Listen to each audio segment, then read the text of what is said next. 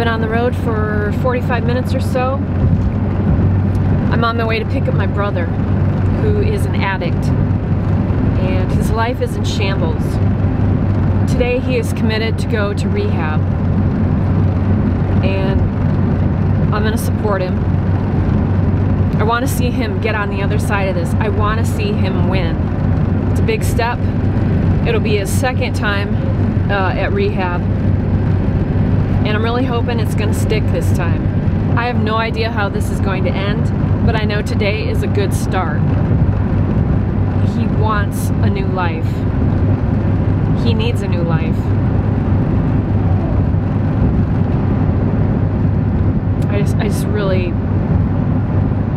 I really want him to succeed this time.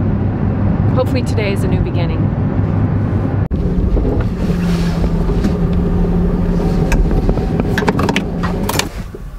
All right, we're here. Let's go get him.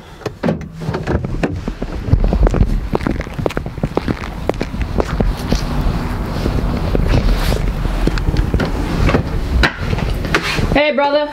Hey.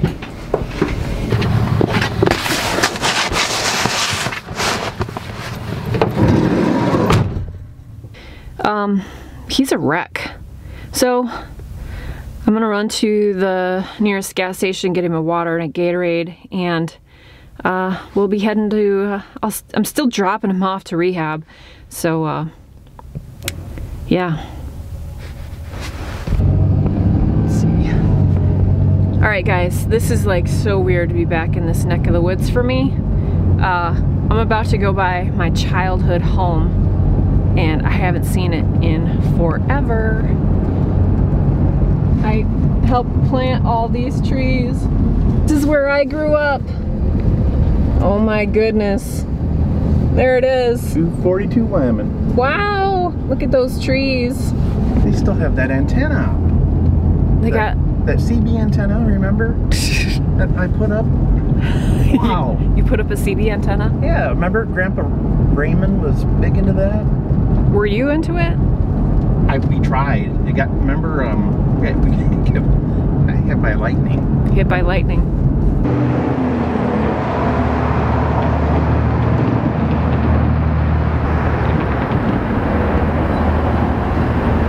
Alright, I just dropped my brother off. He's pretty nervous. And he should be. He's got a long ways to go. But he's gonna make it this time. I have a feeling. I just hope it sticks. So I find myself in the big city. What am I gonna do now? Well, I think I'm gonna go see a movie and hit some thrift stores, because I'm a thrift store girl. I'm in downtown Grand Rapids. Got all these fancy buildings. Pretty cool.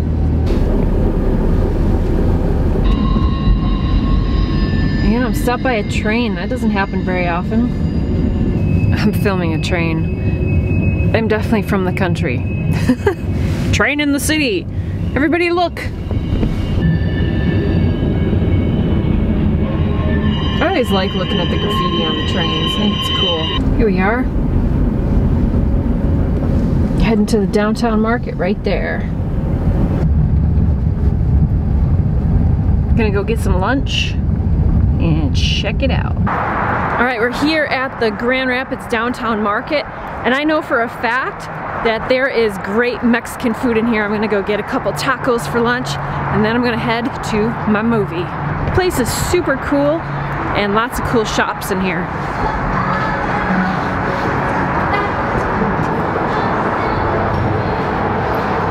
I smell the food already. Oh, look at this.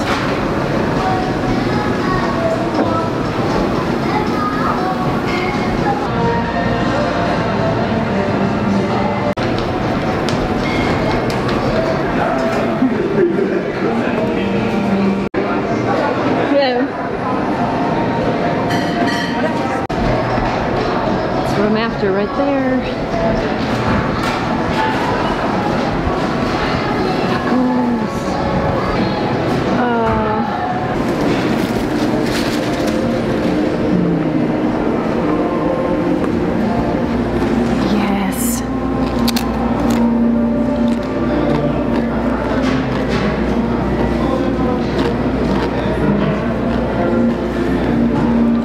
good.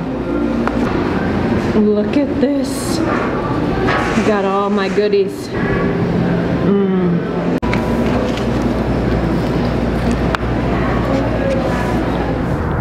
Yes, I am here.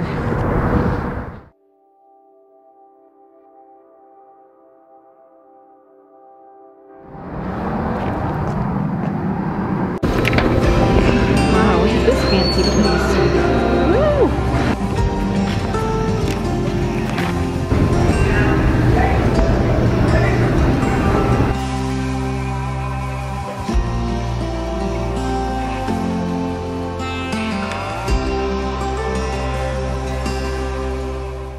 Oh my gosh, that movie was amazing. It was so inspiring. Talk about highs and lows today. You know, I've been up, I've been down, and taking your brother to rehab sucks. Getting a dose of inspiration is awesome. Now I'm heading to a meeting at Toastmasters in Cadillac.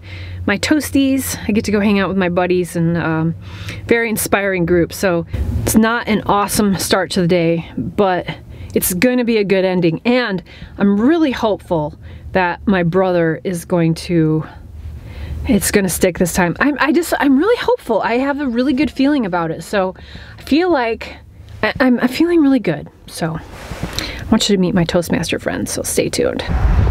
Yes, it looks like an igloo, but inside it's very warm. I love these people. Hello! She's ready for What up, something. Chris? Brooke's filming us. Ah. Danae. There's your knee.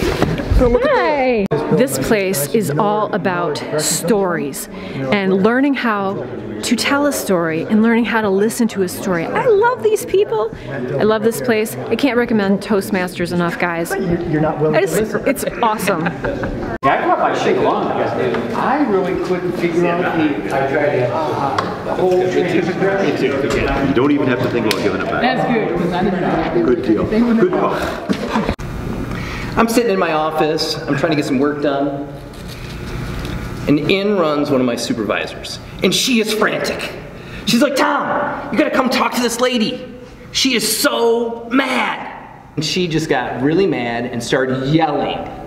Like, I guess other guests could hear her yelling. So she's out of the gate demanding to be let in. So this is when Brianna runs into my office and tells me I have to go deal with this lady. So I go out there, and I come out there and I'm like, hi, my name is Tom. I'm the manager here. What can I do for you? She told me, you can let me in that parking lot.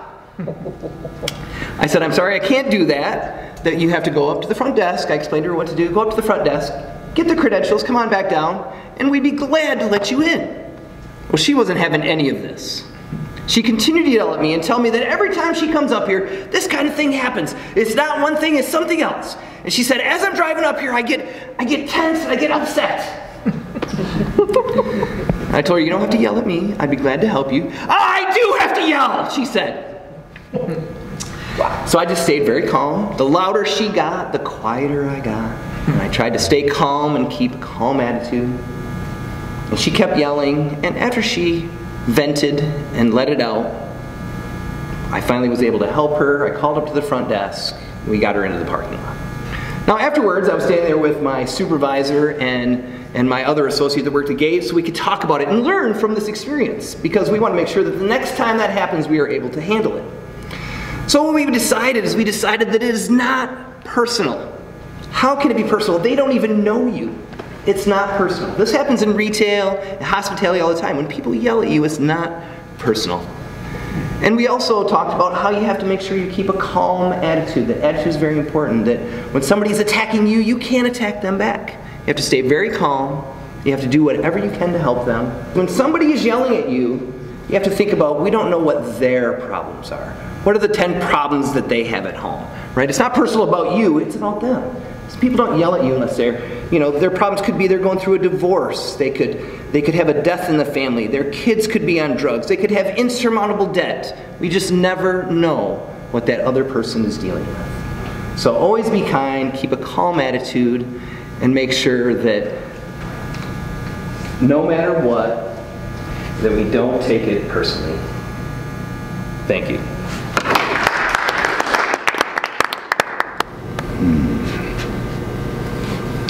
The question is, how would you answer this? I always love it when I'm sitting in the audience before if someone says this.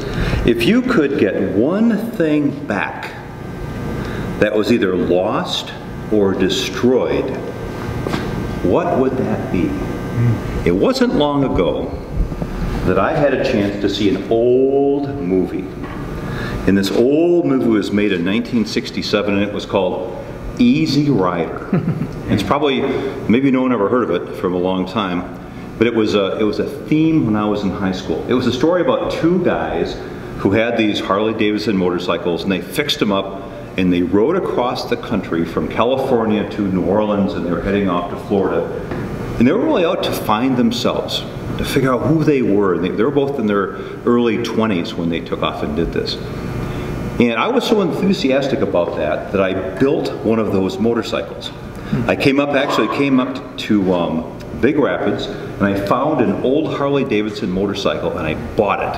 I stripped it down, and I built it back up to something that looked a little bit like the one that was in the movie. It took me 3 years to build this thing. And eventually I decided to go to college, and I sold it to a friend of mine who ended up selling it, and it disappeared. And for the longest time, I always wondered whatever happened to that motorcycle, because it has so many long, deep tentacles of memory of building it and what I was feeling when I was out of high school and going to college, and it's a lot of old memory, but it was a great thing. The old motorcycle, the Harley Davidson from the 1970s, still a fun motorcycle. That's where I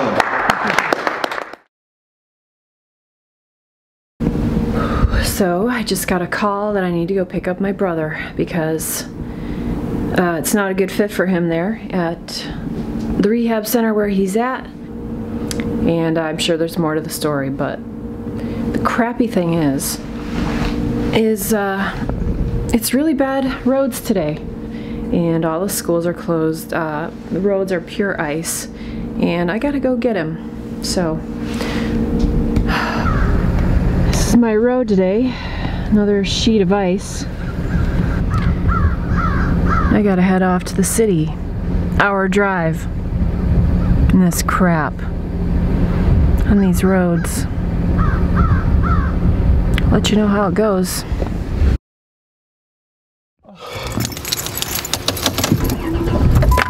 I got your water right here. Oh, thank you.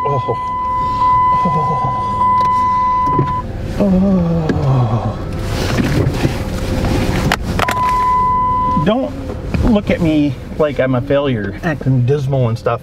I did a really good job considering the horrific circumstances. Well, you know, we want to get you help. Well, I do too. But do you want me to get help, or do you want me to hate you guys while doing it? It's not about us. Yes, it is. This is all about you guys. It's about you getting better. Hey, this is about... Head on Garden Street Southeast, then turn right onto Division Street. I don't know why do I choose dumb things? Why? Stop at McDonald's. Do you have any money? What do you want? There's a McDonald's up here. I want a Coke. Turn right onto Division Street. And a what? Quarter mile, A Coke and a double turn left onto Hall cheeseburger. Street Okay. Southwest. I didn't know that there's a bunch of schools closed. Yeah, look at the sidewalk. Brooke, we're held captive in there. It's straight ice. No, it's not. Yeah. Are the schools closed too? Yes. Okay. Yep. See the kid gonna fall on the ice? Oh my goodness sakes.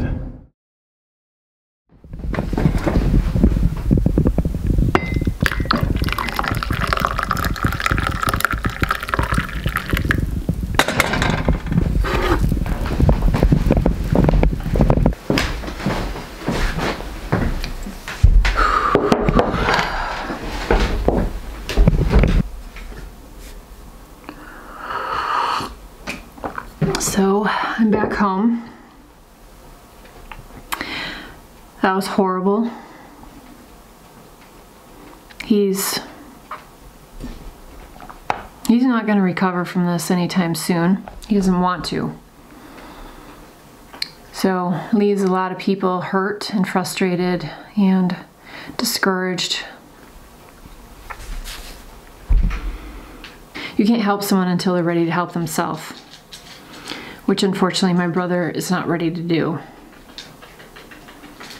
So it's just another sad part of this story that I wish would turn around, and it just never seems to be able to turn around. My brother was really, really successful at one point and got addicted to opiates and then alcohol, and it all went down from there. He's lost everything. So it's really hard. It's hard on the family, hard on his kids, his wife, and he's lost it all. Everyone is giving up, including me. This is the second time I have picked him up from a rehab center after a very short amount of time. This time was only 2 days, and he thought he'd been there a week. He's just out of it.